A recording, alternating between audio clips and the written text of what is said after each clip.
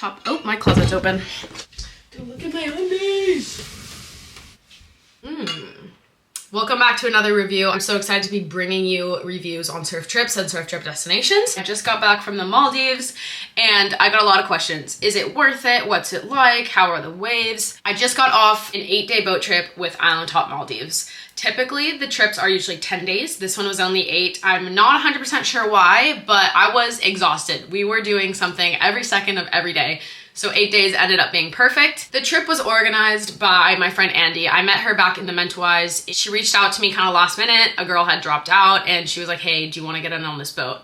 Everything worked out perfectly and I am a sucker for surf trips, so I have a really hard time saying no. So I'm gonna go over the same categories that I referred to with my Mentawais boat trip reviews, but I'm also going to have another category and compare Maldives to Mentawais because they did things very differently. I'm gonna stop blabbering and I'm gonna get into the categories. The first thing I wanna talk about is the crew. I think we had probably 6 crew plus a surf guide and a surf photographer. The surf guide and the surf photographer, I miss them so much. They were so much fun. They were always making sure we were safe, but then they also had a lot of fun with us. So they were kind of like another addition to the group and they were so cool, so nice, knowledgeable about the waves. They were very helpful and they definitely put us in the best possible scenario each and every day, waves wise. So the crew on board as well, amazing chefs, amazing like guys that help out in your room, clean it every day, making sure you always have clean towels. We always had a fresh towel and a fresh coconut waiting for us straight out of the surf. There's a lot of tropical storms in the Maldives and they come and go like that, but when they come really, really strong. We unfortunately had some storms towards the end of our trip, and at one point we were all parked in a lagoon and like us and a bunch of other charters at the same time, and one boat actually like blew into another and there was a lot of damage created, and meanwhile our captain was diving and snorkeling around our boat, tying 6 different anchor points to the reef so that our boat was safe. It wasn't hitting anything else or getting too close to anybody. So they were very, very cautious and always kept us very safe. Like literally 20 out of 10 for the crew. I could keep going on, but I don't want to talk too much about that. But crew was amazing. I tipped them extra and they did a great job. Let's talk about the layout. This was probably one of the nicest boats I've ever been on. It was huge and so spacious. We had 12 girls on board and it was more than enough room. The rooms were huge. My bed was huge. Each room had their own bathroom. Like, this was a nice boat. The upper deck was huge and spacious, and like there was just a lot of extra space on the boat, which is really nice. You don't want to be like climbing over things all the time on a boat. So the layout was incredible. That we each had our own bathroom in each room. So that's just really nice, like privacy wise.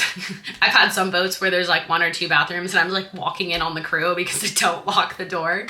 Let's move on to the food. Food was incredible. I've talked about food on boat trips before. Typically it's always really, really good, but sometimes food is just pushed to another level in terms of variety of dishes, variety throughout the whole week. You don't want to be eating the same thing every day. The food was really good. Okay, and then I have my efficiency / quickness of the boat category. I left this till the end because I'm gonna kind of roll into why the Maldives is so different than the Mentawais. The crossings in the Maldives are pretty short. The crossings from Malé to North Malé, where we were surfing, was only like 3-4 hours, maybe even 1 hour sometimes, depending on the wave that we surfed at. And there wasn't a lot of swell in the water, so the crossings were really mellow. I was actually pretty blown away that there was like little to no rocking at all. My friend did tell me that when there is swell, like normally there's rocking, but it's still never as aggressive as the Mentawais.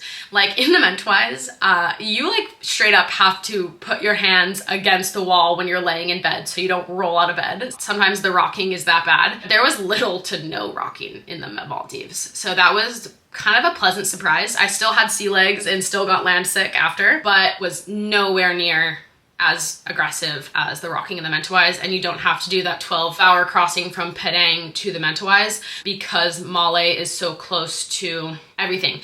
There's like 1,000 islands in the Maldives. I had no idea there were so many islands, and all of them are so industrial and so like built up. Like, you look around in the Mentawais and you're like, I'm in the middle of nowhere, no service, dense forest, I don't know what's in there.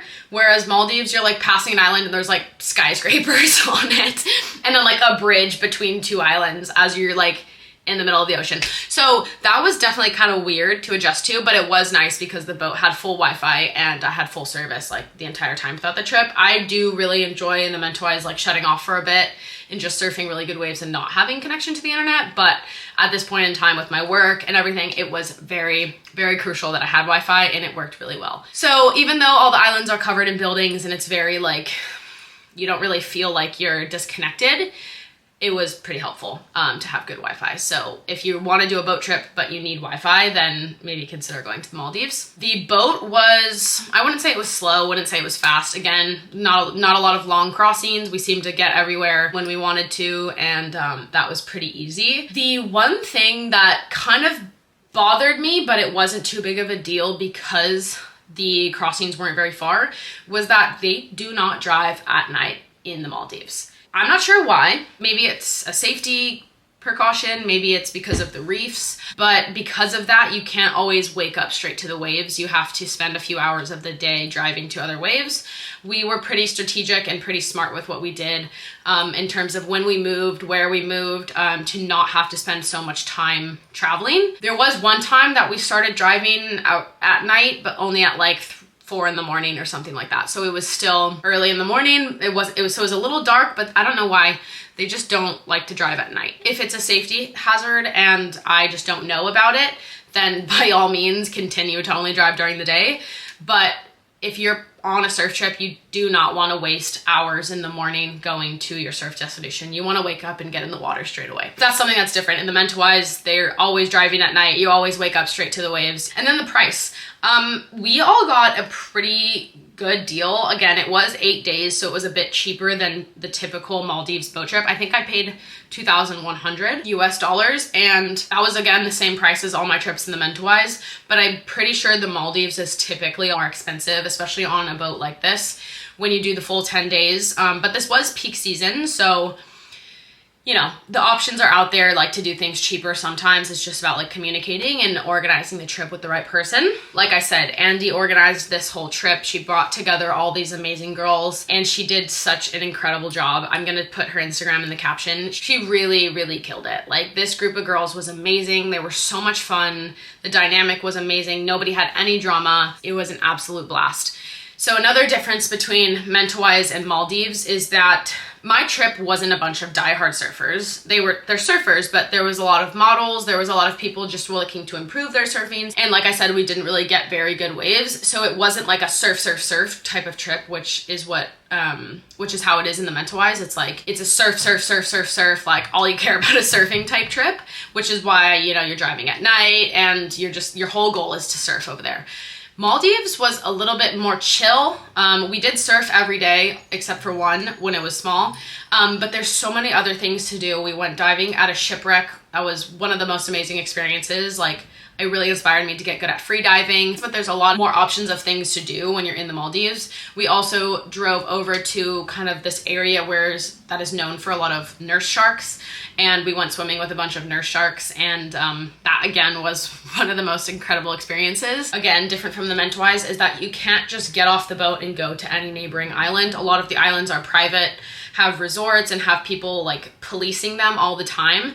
So some of the models on our boat were trying to get onto the land to shoot some content, and they had a lot of trouble actually. If you're not very confident in your surfing abilities and you've always wanted to go to the Mentawais, but you've kind of held back a little bit and been a bit nervous, I highly recommend looking into the Maldives because I had some fun, and then the girls I was coaching and helping out were also having a lot of fun on the same waves. And I think that it's a much more versatile place and much less consequential than the Mentawais. I 100% recommend the Maldives if you're not confident in your surfing yet and you're nervous to go to the Mentawais, but you want to do a boat trip. Do stay tuned because I chatted a bit with Andy about potentially doing organizing boat trips like this with a bunch of girls to do coaching trips where I would coach, she would kind of organize, and we'd have photographers on board and videographers so that you could really work on and improve your surfing. That will be really exciting. so stay tuned for that. And you know, classic, right as I leave, the waves start absolutely firing. So it was super unfortunate that we didn't get very good surf, but I still had a lot of fun each and every day. I still surfed like 6 hours a day and I keep getting sent videos of how good the waves are right now. So the waves do get really good if you are a higher level surfer and you want to go there as well. There's barrels, there's rights, there's lefts. It looks really, really fun. One thing that I do think is important to note, however, though, is although I'm really pushing this trip for people that are maybe not confident enough to go to the Mentawais, if you are a more advanced surfer, I don't know, maybe it's because I just didn't get that good of waves when I was there. I personally think I would only go back if I knew the waves were gonna be good. I think your odds of getting really, really good waves are better in the Mentawais. That's just what I gathered from talking to people that live there and like local people. But when the waves are good there, they are good. The videos I've been seeing, the waves are very, very good and very fun for advanced surfers. But again, I just don't know if the odds are as high as they are in the Mentawais. I think that's everything. I might be wrong, but leave any questions you have in the comments. Incredible experience. I highly recommend it. And I hope I get to go back, hopefully with some pumping waves next time. All right, guys, that wraps up another review for me. Again, comment if you have any questions, and I'll see you in the next one.